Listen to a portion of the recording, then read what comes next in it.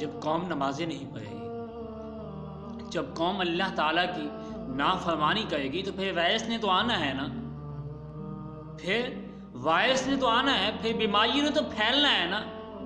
تو قوم جب اللہ تعالیٰ کی نافرمانی کرے تو پھر اللہ تعالیٰ کے عذاب کا انتظار کرے۔ کہ علماء کرام ہمیں کہتے رہ گئے کہ نمازیں پڑھو، نمازیں پڑھو، وضو کرو، وضو کرو، لیکن ہم نے ایک تک نہیں سنی۔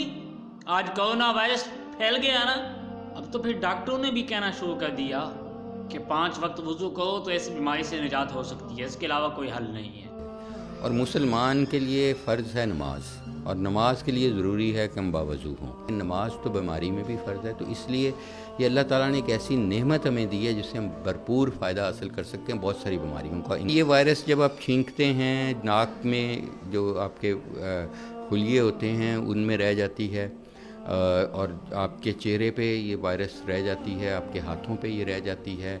تو اگر یہ سکن پہ ہے اور سکن کو بار بار آپ دھوتے ہیں، اور وضو کا جو فعال طریقہ ہے دھونے کا کہ آپ اپنے آپ کو جو آپ کے ایکسپوزڈ پارٹس ہیں ان کو صاف کر لیتے ہیں، اور ایکسپوزڈ پارٹس میں یہ رہتی ہے، تو اس سے میرا خیال ہے کہ بہت حد تک آپ بچ سکتے ہیں۔ اب تو وہ ہمارا سوشل میڈیا جو اسلام کے خلاف بک بک کرتے تھکتا نہیں ہے، اب تو وہ بھی بول پڑا نا کہ وضو کے علاوہ کوئی اور حل نہیں۔ وضو کی پریکٹس سے کرونا وائرس سے بچاؤ ممکن ہے۔